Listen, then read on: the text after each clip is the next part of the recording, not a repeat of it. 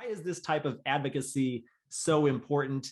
Why does it matter? Why is it crucial that we all, as opportunity zone stakeholders, reach out to Congress in this fashion? It's just imperative that members of Congress hear from their constituents or about activity that is happening in their districts and states. That is what drives and motivates their work. Essentially, those are the stories that members of Congress and their staff really want to hear. We were just at the Novogradac conference last week and spoke about this legislation on a panel, and was joined by Ways and Means Committee staffer, as well as a staffer from Senator Scott's office, both of whom reiterated how important this is. And especially, I think the Ways and Means Committee member or staffer rather, I mean, what he basically said was he has, 30 or so members, that he works with and works for directly, in the House. And what he observes in that role and from that vantage point is that they all need to know more about what's going on, in their districts, and they want to know.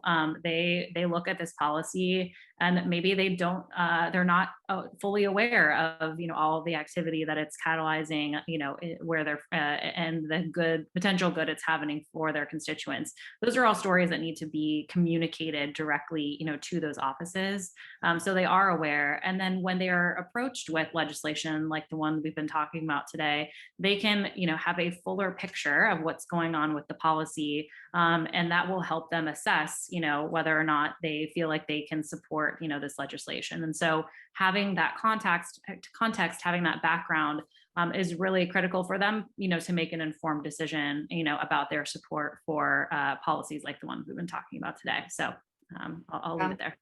Yeah, and just to add on to that, what they're going to want to hear about is the level of impact. So is this a project that was on the books for a while but couldn't secure financing, and OZ financing came in and filled a gap or accelerated development? How many jobs are anticipated? So you can use projections, you don't have to use actual jobs. How is this contributing to the local tax base? How is it generating additional revenue for the community?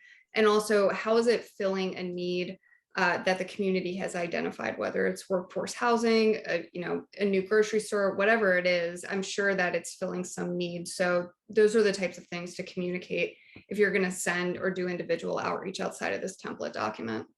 Yeah, fantastic. Thank you both for responding to that.